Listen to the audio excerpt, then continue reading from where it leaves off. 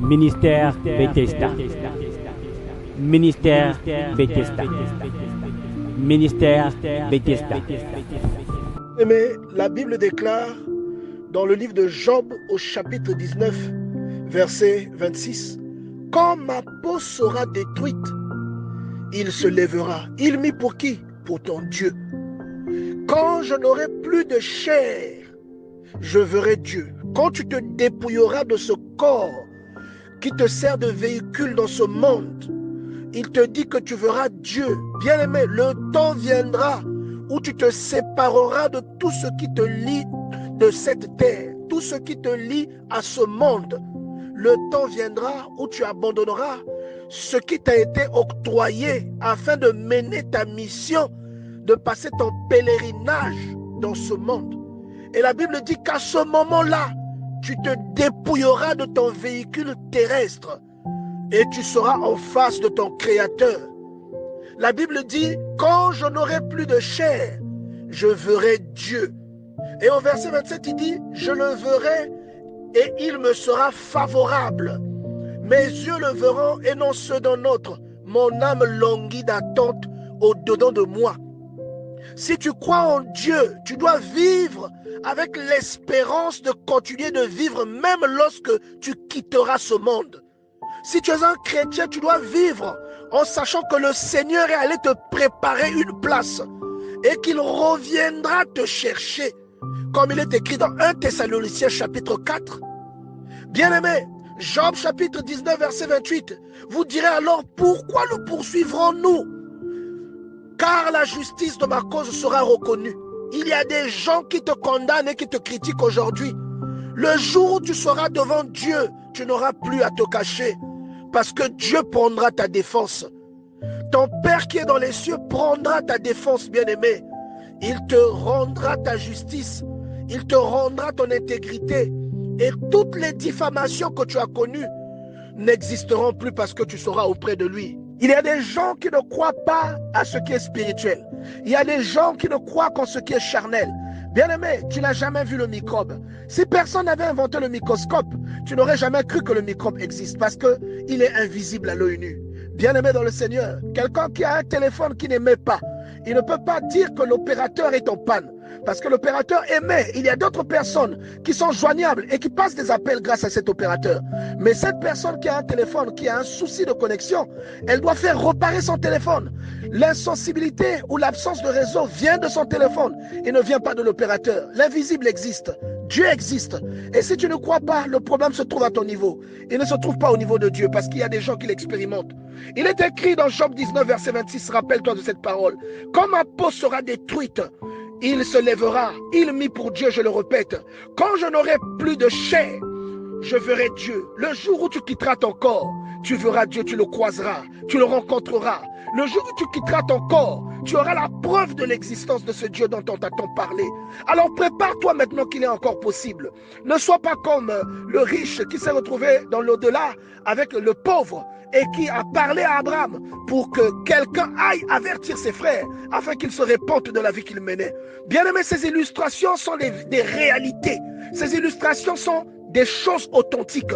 Prends cela en compte. Mets ta maison en ordre aujourd'hui et répands-toi maintenant qu'il est encore temps. Parce que tu peux amasser des biens et le lendemain tu peux mourir. Tu laisseras ces biens à d'autres personnes. Il y a des gens qui ont laissé des empires à des personnes qui ont joui de ces empires plus qu'eux. Et des personnes qui ont même détruit l'œuvre de toute leur vie. Tout ce que tu bâtis aujourd'hui, ça appartiendra à quelqu'un d'autre. Les vêtements que tu portes aujourd'hui, quelqu'un d'autre les portera. Les voitures que tu payes aujourd'hui, quelqu'un d'autre les conduira. Parce qu'un jour, ton heure sonnera. Et Dieu sait quand. Ça peut être demain, ça peut être dans 2 ans, ça peut être dans 5 ans ou plus. Mais Dieu le sait. Bien-aimé, mets ta maison en ordre, mets ton corps en ordre, répands-toi, recherche Dieu. Tout ce que tu fais dans ton monde ne te rassasiera jamais. Tout ce que tu boiras, bien-aimé, tu auras toujours envie de boire. Mais il est écrit dans Jean chapitre 4 que celui qui boit de l'eau que je lui donne n'aura plus jamais soif. Bien-aimé, recherche cette eau de vie qui fera jaillir en toi une source et des sources et des sources de vie jusqu'à la vie éternelle, bien-aimé. C'est pourquoi pitié pour celui qui s'est corrompu pour du matériel périssable. Pitié pour toi qui est en train de te corrompre pour une promotion temporaire. Pitié pour toi qui te livre à la débauche, à l'immoralité sexuelle, afin d'avoir de l'argent pour payer un vêtement, pour payer un téléphone, pour payer une maison, pour payer une voiture. Parce que aucune de ces choses ne t'ouvriront la porte du ciel. Aucune de ces choses ne te garantiront ton éternité. Si tu as un jet privé, ce jet privé ne te conduira jamais au ciel. Il y aura toujours un aéroport où ce jet privé atterrira. Mais il y a un jet privé qui s'appelle la crainte de Dieu, qui t'emmènera jusque dans les lieux célestes et qui te positionnera en face de ton Dieu bien-aimé. La beauté sur laquelle tu comptes aujourd'hui ne pourra pas te délivrer. La richesse sur laquelle tu comptes aujourd'hui n'achètera pas la mort lorsqu'elle viendra te chercher. L'argent que tu as aujourd'hui ne délivrera pas tes enfants de l'immoralité sexuelle dans laquelle ils seront plongés. Bien-aimés dans le Seigneur, la Bible déclare dans le livre de Job chapitre 19 verset 29, « Craignez pour vous le glaive. Les châtiments par le glaive sont terribles et sachez qu'il y a un jugement. » Tout ce que tu fais, bien-aimé dans le Seigneur, dans ce monde, le Seigneur le note et te le représentera. Tout cela jouera en ta faveur ou cela jouera en ta défaveur, bien-aimé dans le Seigneur. Je vous garantis que vous devez faire attention à tout ce que vous faites dans ce monde. Vivez comme des pèlerins, comme nous l'a appris l'apôtre Pierre. Vivez comme des personnes qui sont de passage dans ce monde et faites tout pour travailler à votre salut. Si vous vous concentrez sur des choses matérielles, concentrez-vous autant, sinon plus, sur des choses spirituelles qui feront que votre âme soit délivrée. Mais si vous vous concentrez sur ce qui est périssable et matériel, sur des plaisirs éphémères, sur la course à la possession, au détriment du salut de votre âme, je vous garantis que le temps des grincements de dents viendra dans votre vie. Il y a beaucoup de gens qui ont construit des buildings. Il y a beaucoup de gens qui sont remplis de possessions. Ce n'est pas mauvais d'être rempli de possessions, bien-aimé dans le Seigneur. Mais ce qui est mauvais, c'est de le faire au détriment de ton salut, au détriment de ta santé spirituelle. C'est que tu te corrompes pour des choses que tu laisseras. C'est ce que Dieu critique. Il y a des gens qui ont eu Dieu dans leur vie et qui ont possédé de grandes choses. La Bible nous parle de Salomon. La Bible nous parle de David. La Bible nous parle d'Abraham. La Bible nous parle de Noé, de Job, des personnes qui étaient considérées et qui avaient quelque chose de plus que les autres. Mais ce sont des personnes qui ne se sont pas salies pour accéder à ces choses. Et ce que Dieu dit aujourd'hui, c'est que quelqu'un qui salit son âme pour avoir une priorité, pour avoir une promotion, pour avoir une éligibilité, c'est une personne qui perd en revanche quelque chose qui aurait pu compter au jour de son jugement, quelque chose que Dieu aurait pu considérer pour l'élever et pour lui réserver une place dans le royaume des cieux, bien-aimé. Et c'est de ça que le Seigneur veut que tu prennes conscience aujourd'hui. Moïse déclare dans le psaume 90 au verset 8, « Tu mets devant toi nos iniquités et à la lumière de ta face nos fautes cachées. » Cette parole vient de qui? Moïse, l'homme de Dieu, un homme qui a fait des grandes choses. Mais il dit quand même à Dieu, il reconnaît que les fautes que lui, il a cachées, Dieu les a prises et les a exposées à la lumière. Et rien de ce que tu fais ne sera caché, bien-aimé. Si un jour tu avais violé une femme, Dieu te le rappellera. Si un jour tu avais commis un adultère, si tu avais commis un vol, si tu avais commis un avortement, Dieu te le rappellera le jour où tu seras devant lui. Si un jour tu as commis un péché pour lequel tu n'as pas demandé pardon, un péché qui te colle toujours à la peau, un péché dont tu ne t'es pas repenti, le jour où tu seras devant lui, il mettra ce péché à la lumière du soleil et il te demandera des comptes, bien-aimé dans le Seigneur. La Bible déclare: tous nos jours disparaissent par ton courroux. Nous voyons nos années s'évanouir comme un sang. Bien-aimé, tu ne vas pas durer dans ce monde. Tu ne vas pas mettre du temps dans ce monde. Tu verras que 60 ans, 65, 70 ans, 80 ans, ça passe très vite. Il n'y a pas longtemps, tu étais un adolescent. Mais aujourd'hui, tu as 40 ans. Je te demande de commencer à préparer ton éternité. Vis comme quelqu'un qui va aller rencontrer le Seigneur bientôt. Vis comme quelqu'un qui se prépare pour l'ultime rencontre. Vis comme quelqu'un qui se prépare pour l'ultime disposition que le Seigneur a préparée pour toi. Une nouvelle forme sur laquelle il se révélera à toi. Une nouvelle forme sous laquelle tu connaîtras ton Dieu. Le Dieu qui a tellement compté pour toi. Un Dieu auquel tu as tellement pensé. Le Dieu que tu as servi. La Bible déclare que sert-il à un homme de gagner le monde entier? Que sert-il à un homme de posséder beaucoup? Que sert-il à un homme de courir au détriment de sa santé spirituelle? De courir et de conquérir, de posséder beaucoup au détriment de sa santé spirituelle, au détriment du salut de son âme. Marc chapitre 8 verset 36. Et que sert-il à un homme de gagner tout le monde s'il perd son âme? Que donnerait un homme en échange de son âme? C'est la question que Jésus pose à quelqu'un. C'est la question que le Seigneur te pose. Car quiconque aura honte de moi et de mes paroles au milieu de cette génération adultère et pécheresse, le Fils de l'homme aura aussi honte de lui quand il viendra dans la gloire de son Père avec les saints anges. Il viendra, bien-aimé. Crois-tu cela? Il viendra, le Seigneur en qui tu as mis ta confiance. Ce n'est pas en vain que tu l'as servi. La Bible parle de la volonté parfaite de Dieu. Il dit la volonté de mon Père, c'est que quiconque voit le Fils et croit en lui ait la vie éternelle. Et je le ressusciterai au dernier jour. Si tu as placé ta foi en lui, au dernier jour tu vivras. Il y a un homme qui vivait à Béthanie, qui s'appelait Lazare. C'était l'ami de Jésus. Et Lazare, lorsque l'on regarde bien, est le symbole de tous les croyants, ceux qui ont mis leur foi et leur conviction en cet être extraordinaire. Et la Bible déclare que Lazare était mort et il avait cherché à faire venir Jésus pour qu'il ne connût point la mort. Mais finalement, il est mort. Et lorsque Jésus est arrivé, il était déjà dans la tombe. Il y a un problème qui se passe dans ta vie où tu penses qu'il est trop tard parce que tout le monde a vu ta tombe, tout le monde a vu ta mort, tout le monde a vu ton sépulcre, tout le monde a vu le mal qui te ronge et ce n'est plus un secret pour personne. Mais la parole de Dieu déclare que lorsque Jésus est arrivé, il a dit à la sœur de Lazare que Lazare allait revivre.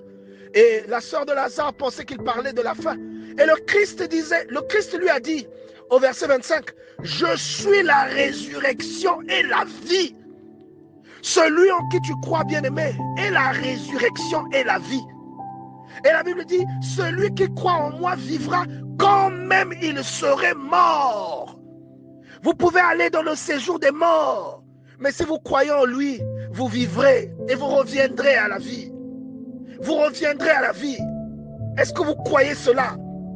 Il est écrit, je suis le pain vivant qui est descendu du ciel. Si quelqu'un mange de ce pain, il vivra éternellement. Le pain, c'est la parole de Dieu. Cette parole entre en vous, elle vous transforme. Et vous expérimentez Jean chapitre 1 verset 11. À tous ceux qui l'ont reçu, il a donné le pouvoir de devenir enfants de Dieu. Et vous serez sélectionnés pour l'enlèvement, bien-aimés dans le Seigneur. Et la Bible dit, celui qui mange ma chair et qui boit mon sang a la vie éternelle. Et la chair, c'est le pain, le sang, c'est le vin. Et vous voyez que Abraham, lorsque Melchisédek est allé devant lui, il lui a apporté du vin et du pain. Bien-aimés, vous ressusciterez au dernier jour. Si jamais ce jour arrive alors que vous êtes mort, sachez-le, vous ressusciterez ce jour-là, bien-aimés dans le Seigneur. La Bible dit, c'est pourquoi quiconque se rendra humble, comme ce petit enfant, sera le plus grand dans le royaume des cieux. Ne soyez pas orgueilleux, bien-aimés dans le Seigneur. Le Seigneur Jésus-Christ déclarait au temps de sa chair, il y a plusieurs demeures dans la maison de mon Père. Si cela n'était pas, je ne vous l'aurais pas dit. Et je vais pour vous préparer une place. Bien-aimé, il y a quelqu'un qui allait te préparer une place. Réjouis-toi parce que ton heure arrive. C'est pourquoi la Bible déclare dans le psaume 90, verset 12, enseigne-nous à bien compter nos jours, afin que nous appliquions notre cœur à la sagesse. Bien-aimé, la Bible dit, lorsque je m'en serai allé et que je vous aurai préparé une place, je reviendrai, je vous prendrai avec moi, afin que là où je suis, vous aussi vous soyez. Jean chapitre 14, verset 3. Bien-aimé, ton Dieu, tu seras avec lui, tu vivras avec lui, il sera devant toi, il prendra soin de toi. Prépare-toi et mène ta vie comme quelqu'un qui est de passage, quelqu'un qui attend le dernier coup de sifflet afin d'aller rejoindre le Seigneur. Et regardez maintenant la jonction qui existe entre la révélation de Dieu qui sort par la bouche de deux personnes différentes. La Bible déclare dans 1 Thessaloniciens 4, verset 15, « Voici en effet ce que nous déclarons d'après la parole du Seigneur. Nous les vivants restés pour l'enlèvement du Seigneur, nous ne dévancerons pas ceux qui sont morts. » Sache que si tu meurs aujourd'hui, tu iras dans le séjour des morts et tu seras orienté selon comment tu t'es conduit sur cette terre. Mais ça ne sera pas encore le jugement. Mais un jour viendra. Là, tu trouves ça maintenant dans le verset 16. Un jour viendra. La Bible déclare, car le Seigneur lui-même a un signal donné à la voix d'un archange et au son de la trompette descendra du ciel et les morts en Christ ressusciteront premièrement. Ensuite, nous les vivants qui serons restés, nous serons tous ensemble enlevés avec eux sur les nuées à la rencontre du Seigneur dans les airs, et ainsi nous serons toujours avec le Seigneur. Tu retrouves là la promesse de Jean chapitre 14 verset 2. Dieu t'a fait une promesse, un jour que tu meurs ou que tu sois vivant au moment où ça se produira. Si tu vis en Christ ou si tu étais mort en Christ, le jour viendra où tu iras le rejoindre, bien-aimé. Il y a des gens qui t'ont précédé dans ce monde. Ces gens-là ont eu plus de succès que toi. Il y a eu des gens qui étaient beaucoup plus forts que toi. Il y a eu des gens qui étaient beaucoup plus beaux que toi. Il y a eu des gens qui étaient beaucoup plus intelligents que toi.